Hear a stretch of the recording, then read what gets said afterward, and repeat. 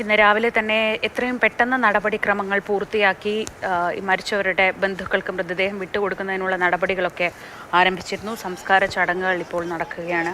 പഴയന്നൂർ വെന്നൂർ സ്വദേശിയായ സുദർശനന്റെ സംസ്കാര ചടങ്ങുകളാണ് ഇപ്പോൾ നടക്കുന്നത്.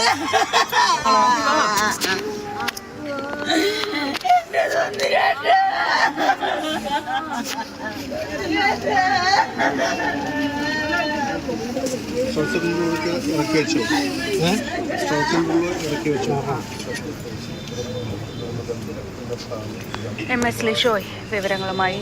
ലിഷോയ്, ഇന്നലെ രാവിലെ ലിഷോയ് അവിടെ ചെന്നപ്പോൾ അവിടെ ഉണ്ടായിരുന്ന ആളുകളിൽ ഒരാളാണ്. ഇന്നാവുമ്പോഴേക്കും ആ കുടുംബത്തിൻ്റെ ആഘാതം നമുക്ക് ഇന്നലെ ഈ വാർത്ത പുറത്ത് വന്നപ്പോൾ തൊട്ട് ആലോചിക്കാവുന്നതേ ഉള്ളൂ. ഇപ്പോൾ സംസ്കാര ചടങ്ങുകൾ എങ്ങനെ പുരോഗമിക്കും?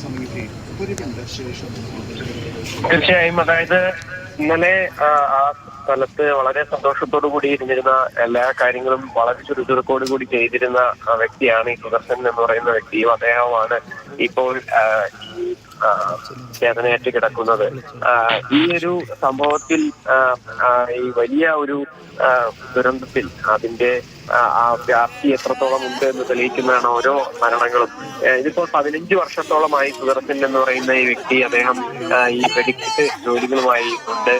കുറച്ചു കാലങ്ങളായി ഇപ്പോൾ വെടിക്കെട്ട് ജോലിയിൽ നിന്നും വിട്ടു നിൽക്കുകയായിരുന്നു. അതിനുശേഷം ഇപ്പോൾ വീണ്ടും മുണ്ടത്തിക്കോട് സതീശൻ എന്ന് പറയുന്ന ഈ തൃശൂർ പൂരത്തിന്റെ തിരുവമ്പാടി വിഭാഗത്തിന്റെ വെടിക്കെട്ട് ലൈസൻസിയുടെ സൗഹൃദം ഉണ്ടായിരുന്നു. ആ സൗഹൃദത്തിന്റെ പേരിൽ ഈ തവണ തൃശൂർ പൂരം വെടിക്കെട്ട് ഒരുക്കുന്നതിന് വേണ്ടിയും അദ്ദേഹം പോയതായിരുന്നു. അത്തരത്തിൽ അങ്ങനെ പോയ സമയത്താണ് ഇത്തരത്തിൽ അപകടം ഉണ്ടായിരിക്കുന്നത്. അപകടത്തിൽ ഗുരുതരമായി പരിക്കേൽക്കുകയും മരണം സംഭവിക്കുകയും ചെയ്തു.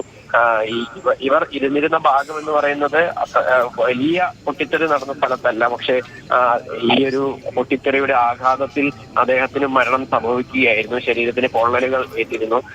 ഇന്നിപ്പോൾ പഴയന്നൂരിലെ വസതിയിൽ ഇപ്പോൾ സംസ്കാര ചടങ്ങുകൾ, അന്ത്യകർമ്മങ്ങൾ പൂർത്തിയാക്കി ഇനിയിപ്പോൾ സംസ്കാര ചടങ്ങിന് വേണ്ടി വീണ്ടും പാമ്പാടി ഐവർ മഠത്തിലേക്ക് പാമ്പാടി ശ്മശാനത്തിലേക്ക് ഇപ്പോൾ കൊണ്ടുപോകുന്നു എന്നുള്ളതാണ് നമുക്ക് മനസ്സിലാക്കാൻ സാധിക്കുന്നത്. അല്പസമയത്തിനകം തന്നെ വീട്ടിൽ നിന്ന് അദ്ദേഹത്തിന്റെ മൃതദേഹം കൊണ്ടുപോവുകയും ചെയ്യും. ഈ സംസ്കാര ചടങ്ങുകൾക്ക് നിരവധി ആളുകൾ അങ്ങോട്ടേക്ക് എത്തുന്നുണ്ട്. ഈ വെണ്ണൂരിൽ നിന്ന് തന്നെ ഏകദേശം 5ഓളം പേരാണ് ഈ ഒരു ഇടത്തേക്ക് വന്നിരുന്നത് എന്നുള്ളതാണ് ഒരു പ്രാഥമികമായ നിഗമനം. അതിൽ 3 പേരെന്തായാലും രക്ഷപ്പെട്ട് നാട്ടിലേക്ക് എത്തിയിട്ടുണ്ട് എന്നുള്ളത് അവിടെയുള്ള ആളുകൾ പറയുന്നു.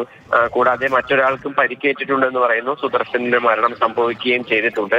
അത്തരത്തിൽ ആണ് ഈ വെണ്ണൂർ മേഖലയിൽ നിന്ന് മാത്രം, പഴയന്നൂർ മേഖല, വെണ്ണൂർ മേഖലയിൽ നിന്ന് മാത്രം ഇത്രയധികം ആളുകളാണ് ഈ ഒരു വെടിക്കെട്ട് പുരയിൽ മാത്രമായി ഉണ്ടായിരുന്നത് എന്നുള്ളതാണ് അവിടെയുള്ള ആളുകളുമായി സംസാരിച്ചപ്പോൾ നമുക്ക് മനസ്സിലാക്കാൻ സാധിച്ചത്. അവിടുന്ന് രക്ഷപ്പെട്ടു പോകുന്ന വ്യക്തികളുടെ പ്രതികരണവും നമുക്ക് അല്പസമയത്തിനകം ലഭ്യമാകും.